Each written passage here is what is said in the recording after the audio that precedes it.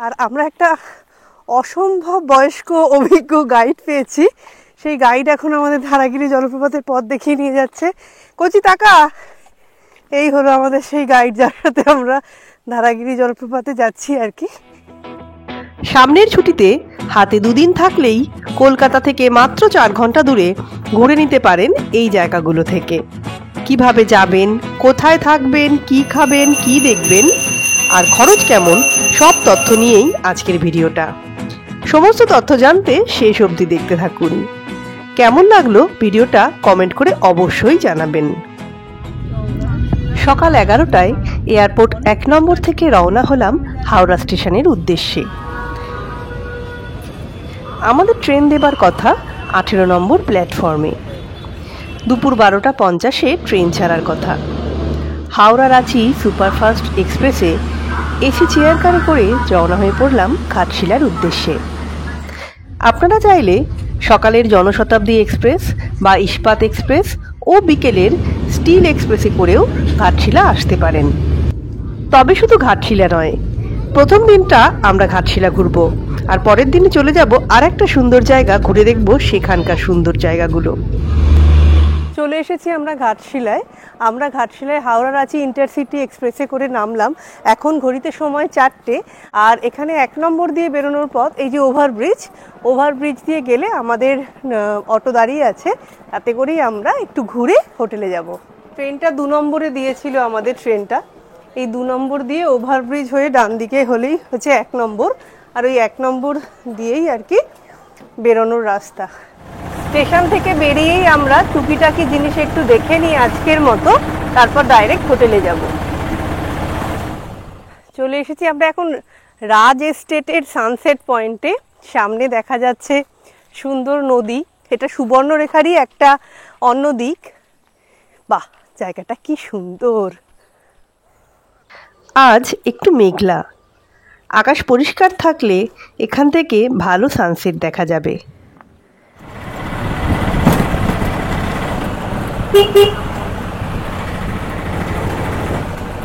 আমরা রঙ্কিনী মায়ের মন্দিরের সামনে।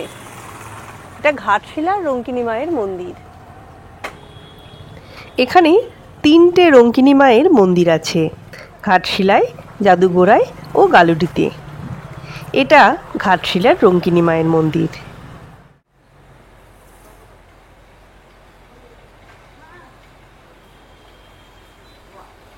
বাহ, মাখো।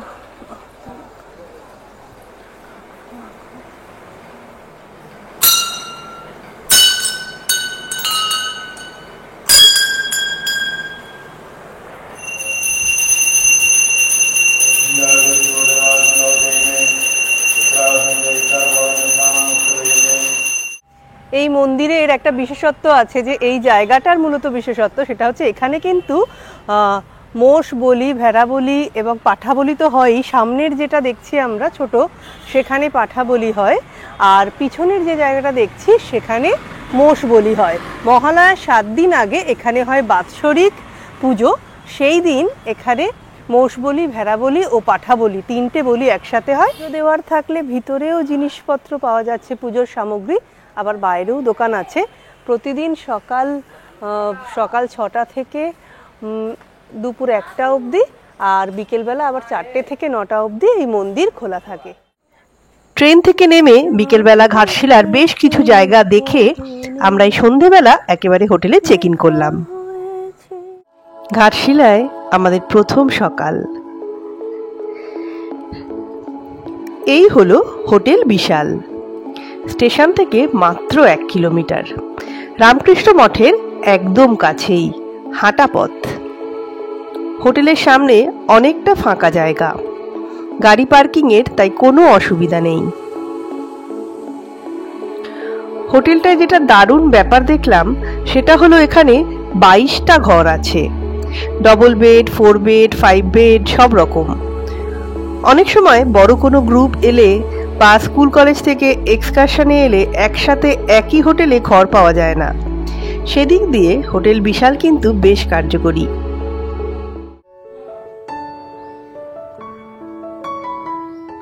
এবার চলুন আমাদের ঘরটাও একটু দেখিয়ে দিই। এটা একটা ডবল বেডের নন এসি রুম, যেখানে এক্সট্রা বেড নিয়ে অনায়াসে 3 জন থাকা যাবে। 899 টাকা ও 999 টাকায় এখানে ডবল বেডরুম পাওয়া যায়।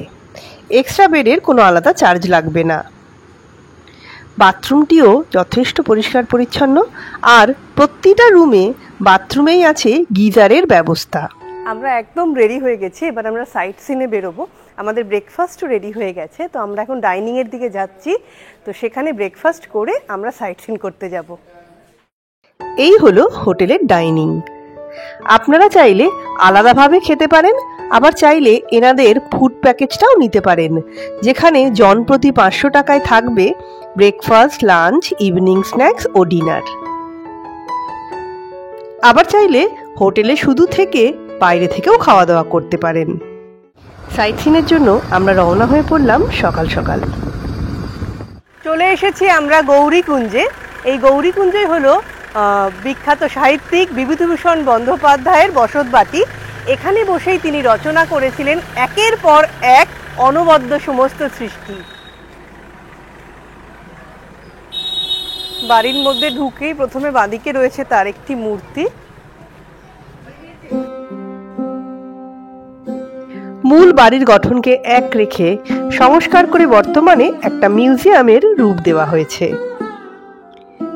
বাড়ির পাঁচিলের দেওয়াল জুড়ে আঁকা রয়েছে তার সমস্ত বিখ্যাত সাহিত্যের বিভিন্ন দৃশ্য, বিভিন্ন চরিত্রগুলো। এই ছবিগুলো দেখে সেই গল্পগুলো যেন আরও একবার চোখের সামনে ভেসে উঠছে। এই সেই পথের পাঁচালীর বিখ্যাত দৃশ্য। মাঠের বুক চিরে হুইসেল বাজিয়ে দূর থেকে ট্রেন আসছে, আর তা দেখে অবাক অপু দুর্গা। এখানে রয়েছে ছোটদের জন্য অপুর পাঠশালা নামে একটি পাঠশালা ও তারাদাস মঞ্চ।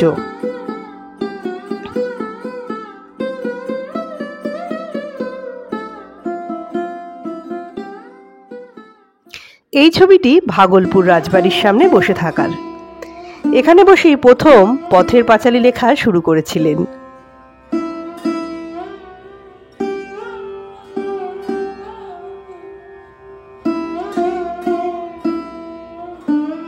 ঘরের মধ্যে রয়েছে তার পোশাক, তার লেখা সমস্ত বই, বিভিন্ন ছবি।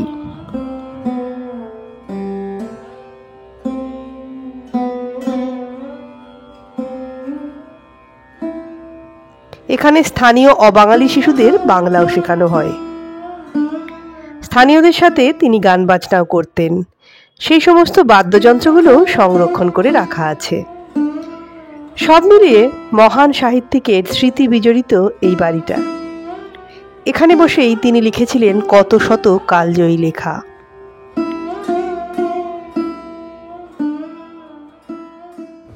ঘাটশিলাতে সাইট সিনের বিভিন্ন রকম প্যাকেজ করা আছে। কটা স্পট দেখবেন সেই অনুযায়ী ভাড়া। তবে আমরা একদিনেই সমস্ত সাইট সিন করেছিলাম। অটো ভাড়া পড়েছিল 2000 টাকা। তবে সিজন আর অফ সিজনে ভাড়ার পার্থক্য হবে। এই জায়গাটা কিন্তু ভীষণ সুন্দর। পুরো জায়গাটা ওই পিছনে দেখা যাচ্ছে, ওইটা হচ্ছে সিদ্ধেশ্বরী পাহাড়। এই ঘাটশিলা থেকে একদিকে হচ্ছে সিদ্ধেশ্বরী পাহাড়ের রেঞ্জটা দেখা যায়, আর অন্যদিকে দেখা যায় হচ্ছে দলমা রেঞ্জ। এটা সিদ্ধেশ্বরী পাহাড়, আর নিচে রয়েছে সুবর্ণরেখা নদী।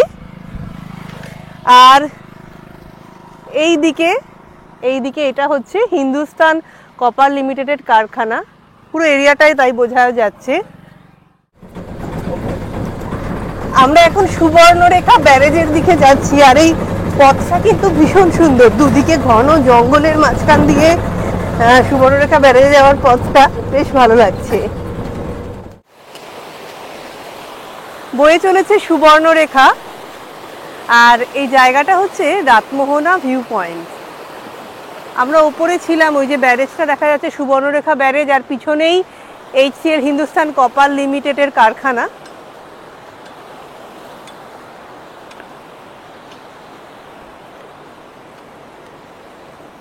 রাতমোহনা ওয়াটারফলের সামনে দাঁড়িয়ে আছি এখন। খুব ভালো, অনেকটা জল, দারুণ লাগছে। আর এই জলটাও কিন্তু বেশ স্বচ্ছ। সুন্দর জায়গাটা পুরো। Ratmohana view point, Ratmohana waterfall দেখার পর পথেই পড়ল আদিবাসী গ্রাম। কি সুন্দর করে এরা এদের ঘরগুলো সাজিয়ে রাখে। আদিবাসী গ্রাম পেরিয়ে ঝকঝকে রাস্তা দিয়ে পৌঁছলাম জাদুগোড়ার প্রাচীন রঙ্কিনী মায়ের মন্দিরে। একদম রাস্তার ওপর মন্দিরটি।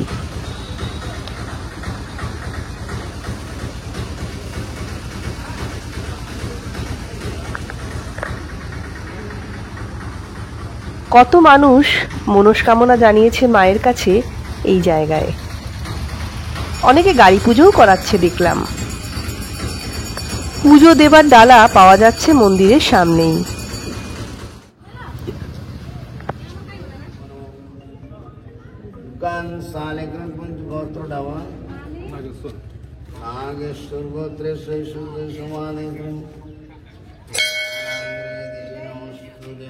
আমরা টিঙ্কুদা ও জাবেদ ভাইয়ের সাথে ঘুরেছিলাম, ওদের ফোন নাম্বার দিয়ে দিলাম। এবার চলে এলাম গালুডি ব্যারেজে। অনেকটা জায়গা জুড়ে বিস্তৃত আর জলের স্রোতও বেশ।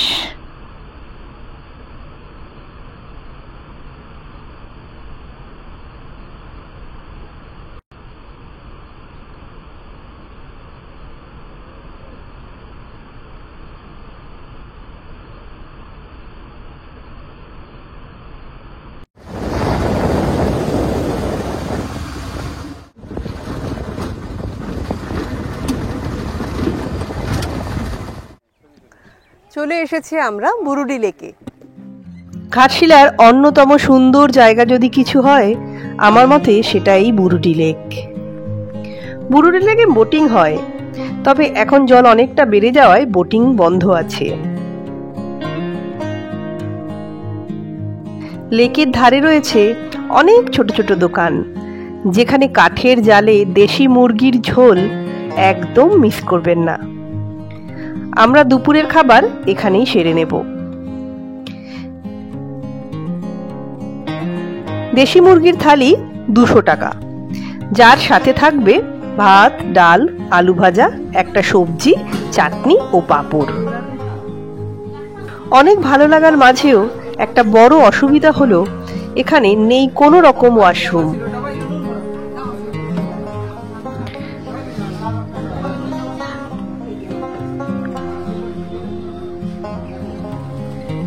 ঘাটশিলার সমস্ত সাইট সিনেই কোনো এন্ট্রি ফি নেই।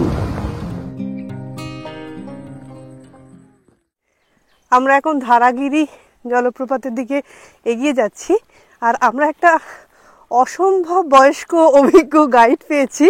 সেই গাইড এখন আমাদের ধারাগিরি জলপ্রপাতের পথ দেখিয়ে নিয়ে যাচ্ছে। কচি টাকা, এই হলো আমাদের সেই গাইড, যার সাথে আমরা ধারাগিরি জলপ্রপাতে যাচ্ছি আর কি। রাস্তাটা সুন্দর। আমরা প্রায় পৌঁছে গেছি এই ধারাগিরি জলপ্রপাতের একদম কাছেই। জলের আওয়াজ পাওয়া যাচ্ছে এখান থেকেই। সত্যিই বেশ কিছুটা হাঁটা, কিন্তু হেঁটে এসে পরিবেশটা কিন্তু সত্যিই সুন্দর। এই হলো ধারাগিরি জলপ্রপাত। বেশ খানিকটা হেঁটে আসতে হয়। প্রথমে হাঁটতে হাঁটতে হয়তো মনে হতে পারে যে কোথায় যাচ্ছি, কিন্তু সত্যি শেষ অবধি এলে ভালো লাগবে। আর শেষের দিকের পথে একটুখানি পাথর, নুড়ি এগুলো আছে ঠিকই, কিন্তু ঠিকঠাকভাবে একটুখানি সাবধানে আসলেই কিন্তু পৌঁছানো সম্ভব। ধারাগিরি জলপ্রপাত দেখে আমরা আবার ফিরে এলাম বুরুডি লেকে, আর দেখলাম অপূর্ব সানসেট। সাইট সিন শেষ করলাম রামকৃষ্ণ মঠ দিয়ে। সন্ধেবেলায় চলে এলাম সন্ধ্যা আরতি দেখতে। সন্ধে 6:30 এখানে সন্ধ্যা আরতি হয়। সন্ধ্যা আরতির পূর্বের প্রস্তুতি চলছিল। অনেকটা বড় জায়গা এখানে, ফুল গাছও আছে অনেক।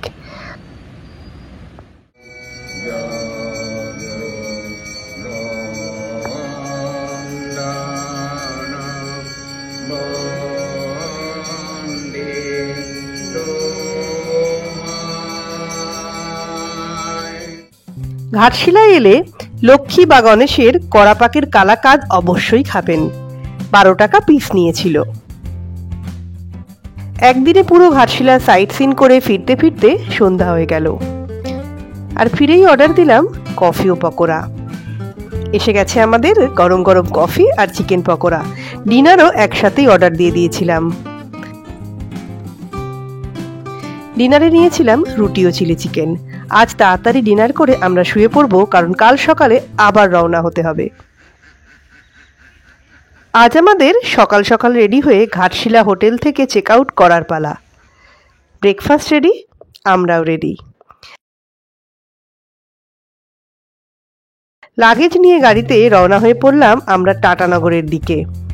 আজ সারাদিন আমরা ঘুরে দেখব টাটানগর জামশেদপুরের সুন্দর সুন্দর জায়গাগুলো। আজকের ঘোরা আমরা শুরু করব ডিমনা লেক দিয়ে। ঘাটশিলা থেকে ডিমনা লেক পৌঁছতে সময় লাগবে এই 1 ঘন্টা 15 মিনিট মতো, আর রাস্তা ভীষণ ভালো। চলে এসেছি আমরা ডিমনা লেকে। বাদিকে এই জলরাশি হচ্ছে ডিমনা লেক। অনেকটা বড় এবং অনেক সুন্দর, যাই বলবো কম বলা হবে। দলমায় ঘেরা আর মাঝখানে এই ডিমনা লেক, সব মিলিয়ে একটা অপূর্ব সৌন্দর্য। আজকে একটুখানি মেঘলা রয়েছে, সেই জন্য হয়তো পাহাড়ের মাথাটা একটুখানি আবছা আবছা লাগছে, কিন্তু যদি খুব প্রচণ্ড রোদে আরও সুন্দর লাগবে। এই ডিমনা লেক হলো একটি কৃত্রিম জলাধার, যা 1944 সালে টাটা স্টিল নির্মাণ করেছিল শহরে জলের ঘাটতি পূরণ করতে। এই হলো টাটা স্টিলের অফিস। इधर क्या है? इधर इस साइड? हाँ हाँ, क्या?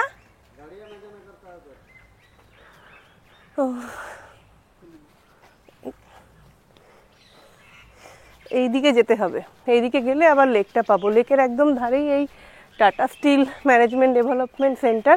আমরা যতটা রাস্তা হেঁটে এলাম, আবার ততটা রাস্তায় গেলে নিচে আমাদের গাড়ি রাখা আছে। এই রাস্তাটা হেঁটেই আসতে হবে,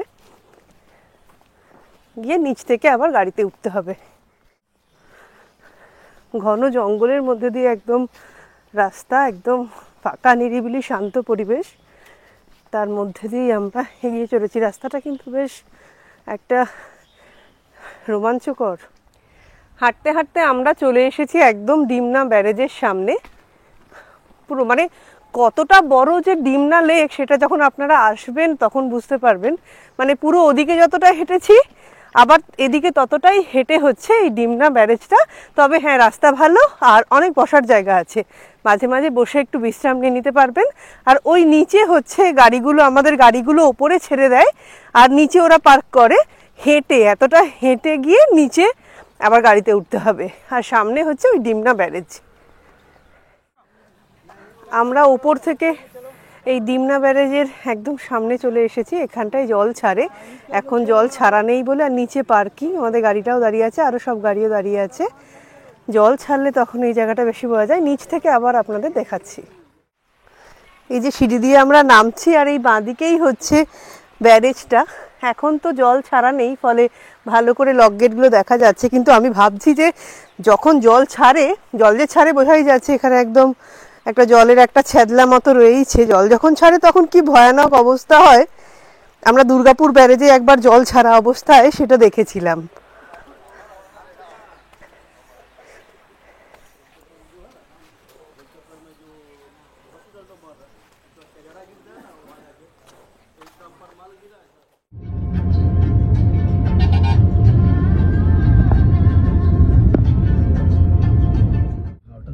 এবার আমরা প্রবেশ করছি দলমা ওয়াইল্ড লাইফ স্যাংচুরিতে। রাস্তার উপর এটা মূল প্রবেশদ্বার, তবে এর পরেও বেশ খানিকটা পথ গেলে ওয়াইল্ড লাইফ স্যাংচুরিতে ঢোকার মেন গেট আসবে। সেই গেট দিয়ে আমরা এখন প্রবেশ করলাম।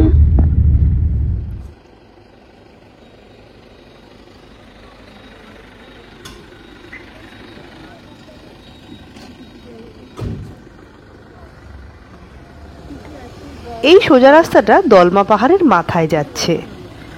এই ট্রাভেলারটা ঢুকছে সেখানে। বাঁদিকে এই হলো টিকিট কাউন্টার।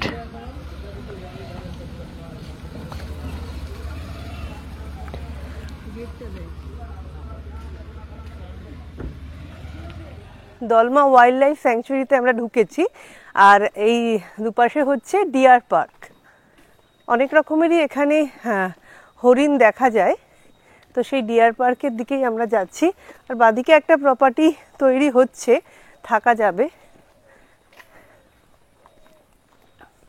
বাবা, কত অনেক হরিণ একসাথে, বিভিন্ন সাইজের।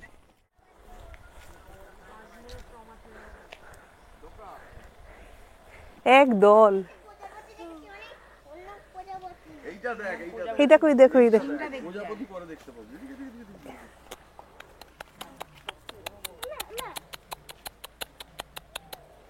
এই যে, এই যে, এই যে, এই যে, যে শিংগুলো দেখেছিস? আয় আয় আয় আয় আয়। বললে বুঝবে কি করে?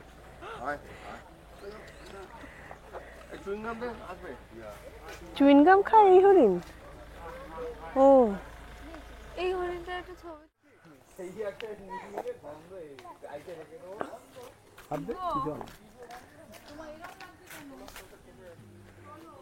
শান্ত হরিণ।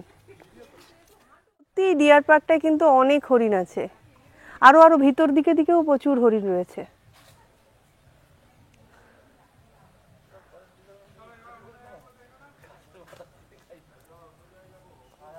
এই যে এই জায়গাগুলো এদের খাবার দেয়। আপনারা নিজেদের গাড়িতেও জঙ্গল সাফারি করতে পারেন, আবার চাইলে এখানকার জিপেও জঙ্গল সাফারি করতে পারেন। এখানের জিপে সাফারি করলে 10 জন ব্যক্তির 2800 টাকা লাগে, আর যদি নিজের গাড়ি নিয়ে ঢুকতে চান সেক্ষেত্রে ছোট গাড়ি হলে 600 টাকা লাগবে গাড়ির এন্ট্রির জন্য। ছোটনাগপুর প্ল্যাটুর অন্তর্গত এই দলমা বিখ্যাত বহু সংখ্যক হাতির জন্য। তবে হাতি ছাড়াও অনেক বন্যজন্তু এবং পাখিরও দেখা মেলে এই দলমা ওয়াইল্ড লাইফ স্যাংচুয়ারিতে। পাহাড় ও জঙ্গল যারা ভালোবাসেন, পাহাড়ে ওঠার পথ তাদের মুগ্ধ করবে। মাঝে রাস্তা একটু খারাপ হলেও আশেপাশের সৌন্দর্য সেটা ভুলিয়ে দেবে। পাহাড়ের মাথায় আছে মন্দির, যেখান থেকে পুরো জামশেদপুর শহরের একটা বার্ডস আই ভিউ চোখে পড়বে। পাহাড় জঙ্গল দেখে এবার চলে এলাম আবারও সমতলে। এগিয়ে চললাম আরো একটি অপূর্ব জলরাশির উদ্দেশ্যে।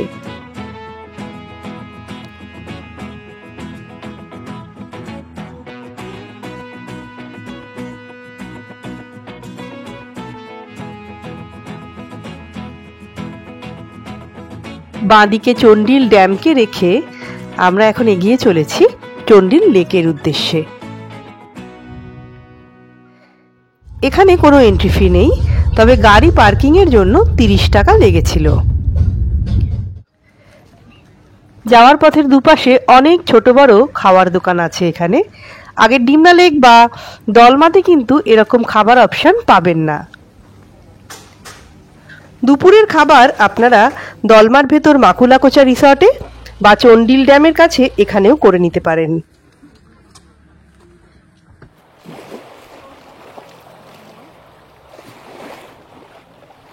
হুড্র জলপ্রপাত থেকে উৎপন্ন কারকরি নদী এখানে চন্ডিলে স্বর্ণরেখা নদীর সাথে মিশেছে। কি সুন্দর জায়গাটা! আর সব থেকে বড় কথা, এই এত সুন্দর জায়গার কিন্তু কোনো এন্ট্রি ফি নেই। যদি আপনারা বোটিং করেন তখনই একমাত্র আপনাদের চার্জ লাগবে। এখান থেকে স্পিড বোট ছাড়বে। টিকিট কেটে লাইফ জ্যাকেট পরে 4 জন 6 জন 10 জনের বসার মতো বোট আছে।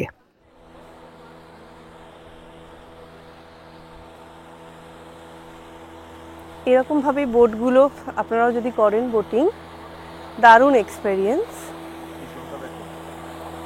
বেশ ভালো জল।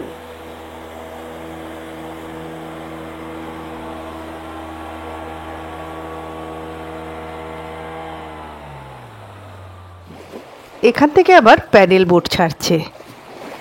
জায়গাটা এসে অনেকটা মিরিক, অনেকটা নৈনিতালের কথা মনে পড়ছে, তাই না?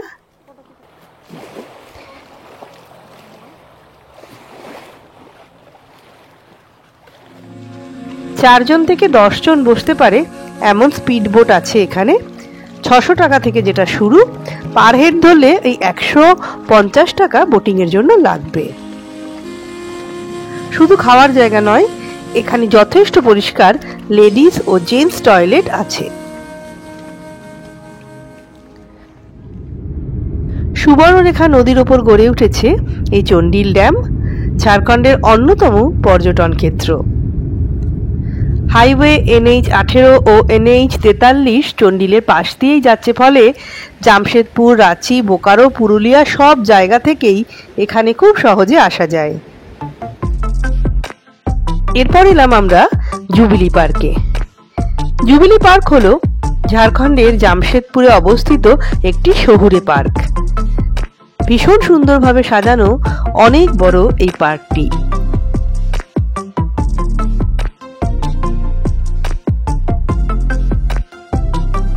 দিনের আলোয় যেমন সুন্দর, রাতেও তেমন সুন্দর।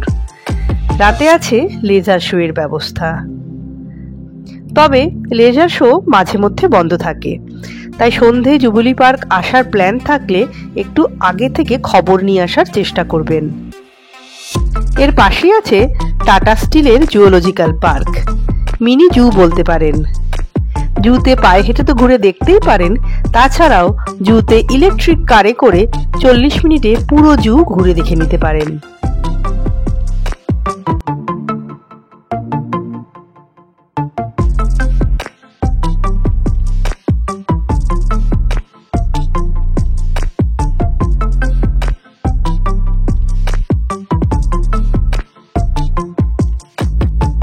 সারাদিনের এসি গাড়িতে আমাদের খরচ পড়েছিল 2500 টাকা। তবে ঘাটশিলা থেকে টাটানগর অটো করেও আসতে পারেন, রাস্তা খুব ভালো আর গাড়ি ভাড়াও কম পড়বে। সারাদিন ঘুরে ফেরার সময় আমরা ট্রেন ধরবো টাটানগর থেকে। বিকেল 3:50 বন্দে ভারত, 4:20 দুরন্ত বা 4:50 জনশতাব্দী করেই ফিরতে পারেন। অনন্যার সাথে ইউটিউব চ্যানেলটি এখনো সাবস্ক্রাইব না করে থাকলে অবশ্যই সাবস্ক্রাইব করে নেবেন। আর এই ভিডিওটা কেমন লাগলো অবশ্যই জানাবেন, আর ভালো লাগলে একটা লাইক ও শেয়ার করবেন সকলের সাথে। সবাই খুব ভালো থাকুন, সুস্থ থাকুন। খুব তাড়াতাড়ি নিয়ে আসছি নেক্সট ভিডিও।